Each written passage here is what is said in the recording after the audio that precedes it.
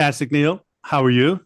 Fantastic. And you are the founder of Toss C3. We're going to continue this conversation involving ransomware defense and minimizing data breach. First episode, we kind of talked about this in this series is EDR and MDR and how to augment it.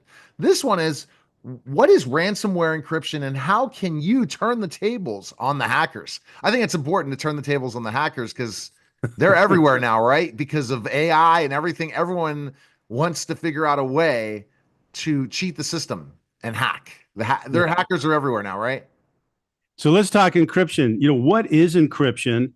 Well, it serves an important purpose. It's for security reasons. It's basically an algorithm, if you will, where there's a key and a cipher and so forth. And basically, it's a big, long string of gobbledygook. And the bigger the string, in many cases, the more difficult it is for it to be broken. And then it takes every bit of data, all the ones and zeros, and it puts it into a scrambled order, if you would. It would be like taking all your data and sticking it into a blender, turning on the blender, and then unplugging the blender. But if you then poured it into a different blender that had this special key and plugged it in and turned it on, it would put all your data back together again. So that's basically what we're talking about, encryption and decryption. Now, when a hacker that comes in that's going to give you the ransomware hassle, what they want to do is they'll steal your data, and I think we'll do a second. Let's do a third part on data breaches, and we'll talk about double extortion, what that is. But they want to steal your data, then they want to make sure that you can't work and make you as uncomfortable as possible, as nauseous as possible, as worried as possible, so that you can take that human impulse and do whatever's necessary to feel comfortable again, which means be back in business and not lose your reputation and get back to work and not lose millions of dollars and so forth an hour and all that stuff.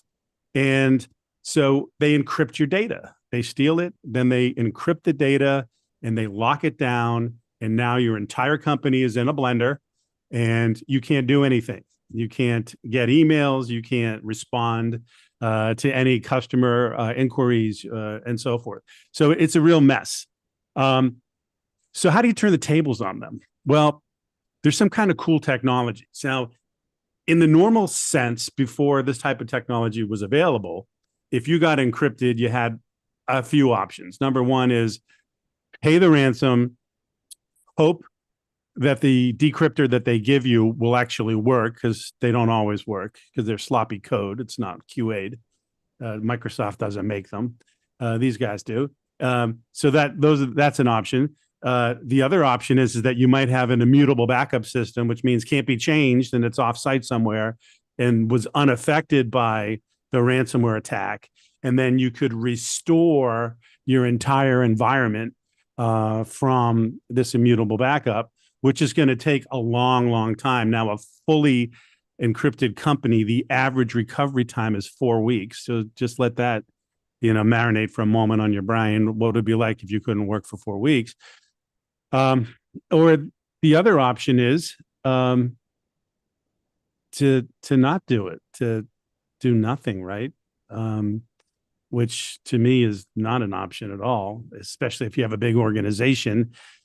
You could be lucky enough that you have a asynchronous or synchronous replication somewhere, and that if they were properly set up on different IPs and only specific protocols could go across, then there's a good chance that maybe the copy and the disaster recovery and business continuity site is still okay.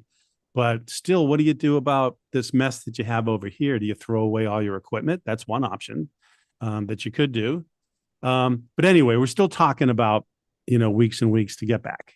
Wow. Okay. During that time, you've got lost revenue, reputation damage, and I can't tell you how many years off your life it's going to take, right? So that's brutal. So what do you do? What do you do? Well, here's the way you can turn the tables. My partner that has this enterprise technology developed and patented, actually, remember I talked about a system that would augment the EDR, Neil, and the MDR? Yes. Okay, this same technology can capture the encryption key when the hacker goes to encrypt the data. So how does that work? So they're like, okay, we're going to encrypt. We launch the encryption software. It generates a unique key for this environment. They save that key in their database under, Neil Haley Incorporated, so that they can pay the ransom and give them the key back and whatnot. So what do? We capture that key as they go to encrypt it in real time. At the same time, because there are many different types of encryption technologies, we capture the algorithm that the hacker is using. So now we've got the key and the algorithm, and now on the fly, the SOC builds a decryptor and injects the recovery token, the decryption key, the encryption key code into that decryptor, and then remotely monitors and runs it on the environment. So now you can restore your data from a ransomware attack, like within a couple hours without having to go to backup. Now, Wow. that's better than 4 weeks, don't you think? Oh, it is, and then that's just like a power outage Yeah, instead yeah, instead of your power's out for 4 weeks. yeah. It's an Right, where, inconvenience. where you would never be able to survive if our power went out for 4 weeks. Well, the same thing is with a hack, especially That's right. ransomware. But if you can do it that easily, that's so fantastic that you have that ability to turn the tables on the hackers. I mean, that's Yeah. huge. And that's something why you need to contact you at tossc3.com, right? And schedule a call, That's Greg, right? that's right. And the thing is that of course, because we did have hackers in the environment, and they probably have some indications of compromise. We need to find out how they got in, close those loops as well. Look for any leave behinds or beacons or anything that they have, which many of them do, so that if you were to restore, it will go ahead and encrypt you again, and so on. So you don't want that cycle to happen. But it's all part of a excellent cybersecurity services that are available, to you out there. So you want to make sure you find the absolute best to do it. And if you're interested in this technology specifically, you can keep doing what you're doing or take a look at it. Neil, they could, set up a free consultation with me, or complimentary, however you want to put that. And I'm happy to speak with the people that are involved in managing their environment. Then it seems like we have everything covered now. That's the cool thing. Everything's covered from the ransomware to making the mistake that let the ransomware in to specifically getting it and stopping it from happening. That's huge. Yeah.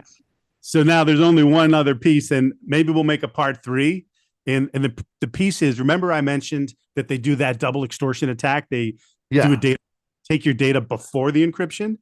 All right, we got to talk about how we keep that from happening. Oh boy. You just come up Yeah. with all these new things, Greg. This was not what we were doing a couple of years ago. You just constantly keep up with the technology. So go to tossc3.com and appreciate it, Greg, and look forward